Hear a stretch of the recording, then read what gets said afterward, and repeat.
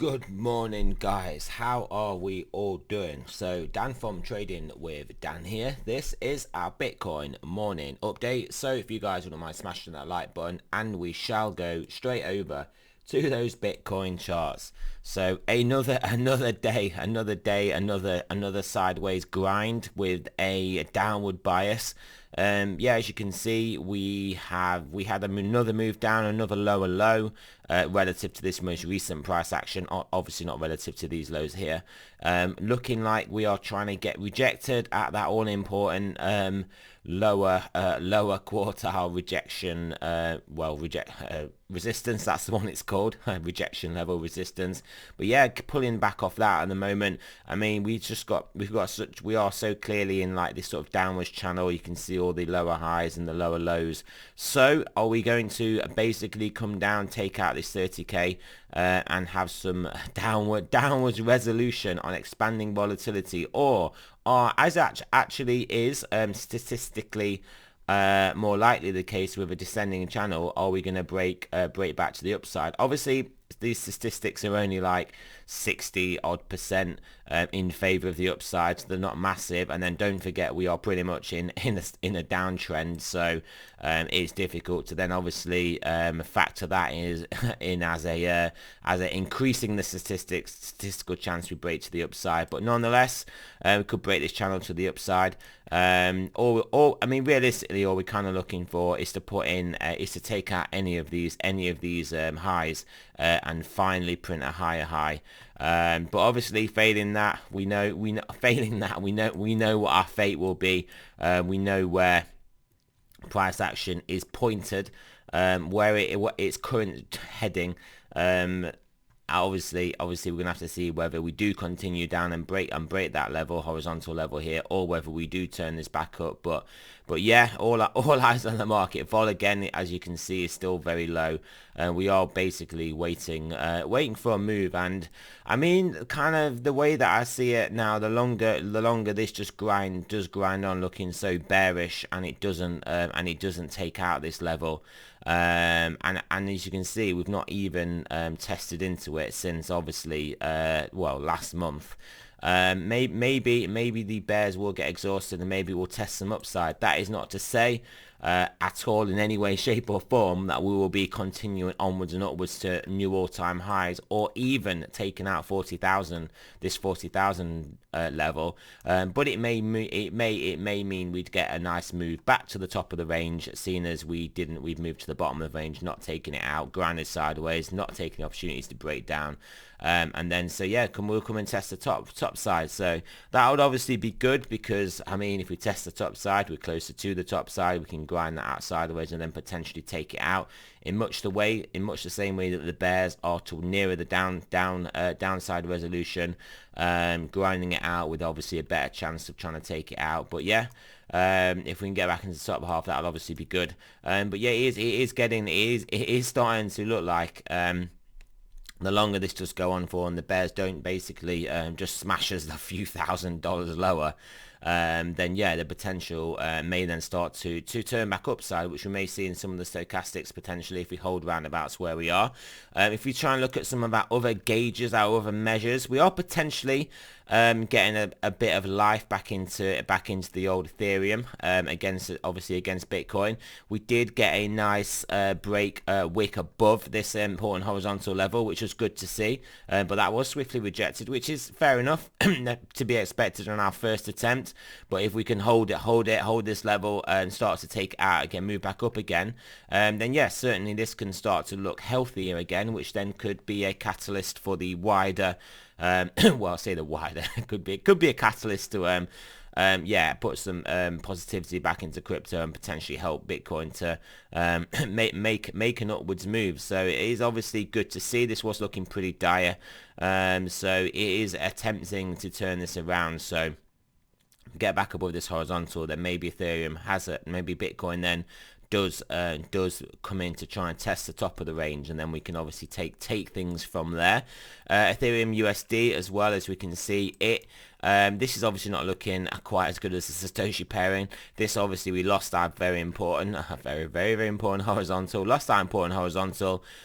We basically well, forward check, we've back checked it. Are we going to have a bear paycheck trade down to around 1600, or do we turn this round, put in a higher low here and get back above? Obviously, if Bitcoin does move up dollar value, then this will potentially move up. This will move up dollar value as well. But getting above this horizontal will be important as well. But obviously, at the moment, you can see this is not looking so good.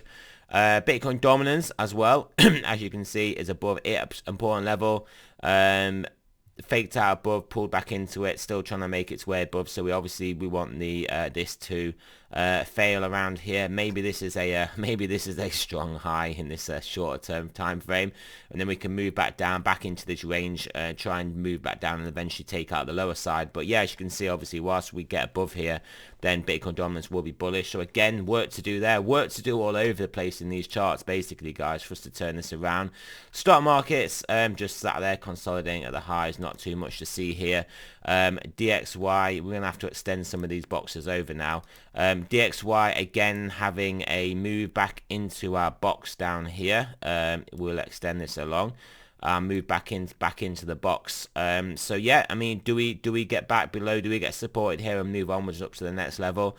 I mean, this is clearly, well, this is an ascending wedge, so again, statistically more likely to break to the downside.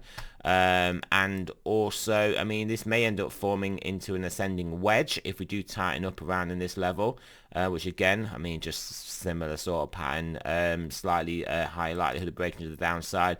I mean, that's what we see. This is again, I know I keep saying this, sounding a bit like a broken record here, but we need this dollar DXY to break down from here and then take out this this support zone here, and then we the whole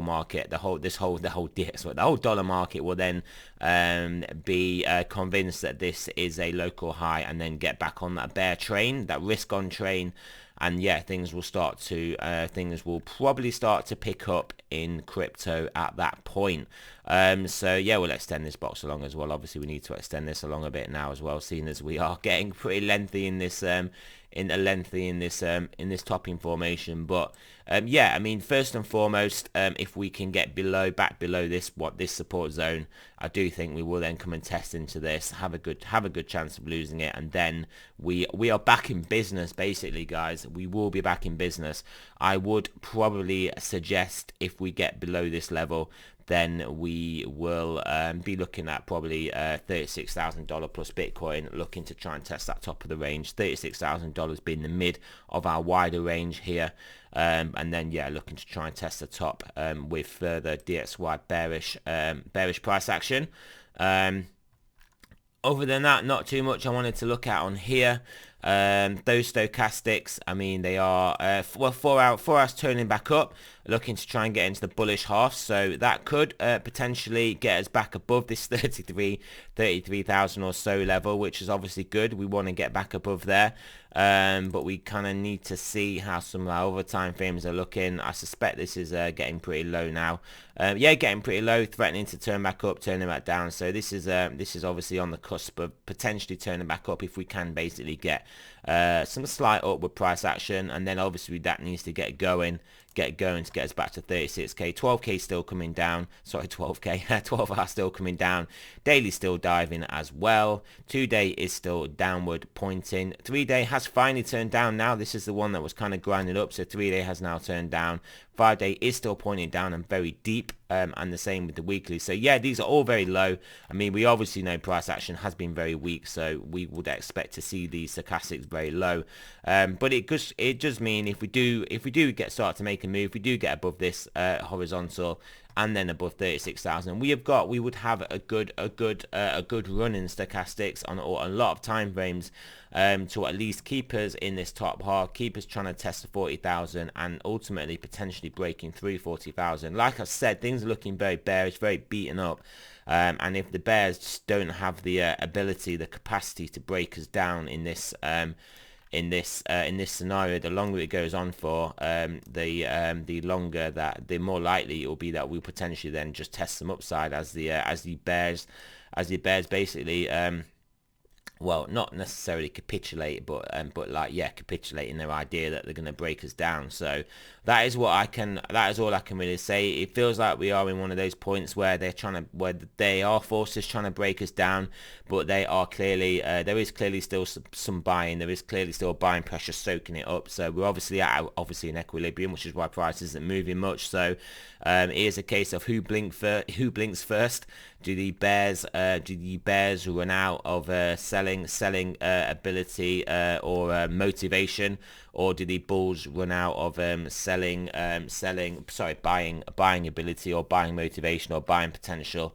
And then we can get that move in the opposite direction, which then will then obviously then can trigger more moves in that same direction, obviously expansion and volatility, and then a nice trending move in one of the directions. So that is basically what we are waiting for here, guys. We are waiting for this. I mean, ultimately in the very short term, we can get back above this horizontal and trade some more sideways in here. Again, that's not going to be looking bad. We'll be towards the midpoint. The bears would have again had a very good chance of getting us down to this level, at least testing it, and had been unable to. So that would be promising, because we basically trying to wear the bears out at this point. With what limited buying pressure can come in to hold us above 30,000. So yeah, there we go, guys. About as positive as I can be. I always try and put as much positive spin. I mean, for me personally, I am like happy with things trading sideways, even if it's for a few months. Even if we break above here, trade sideways between like 40 and this range here. I mean, sideways is fine for me. Sideways, and then ultimately go on like a bull run in like a few months. That would be an ideal scenario for me. I'm happy with that scenario. I don't need us to spike up straight away. I don't particularly want us to come down, but I do have a longer time frame horizon, and if we did break down and we did trade anywhere even between like the 20 and 30k range, putting a base and turn back up from there, that would also be fine, because I can accumulate, I can do all the stuff I'm doing, increase those amounts of coins that I have, for then ultimately when we do break up, I'd make more money. And yeah, and that's basically how I'm personally looking at things.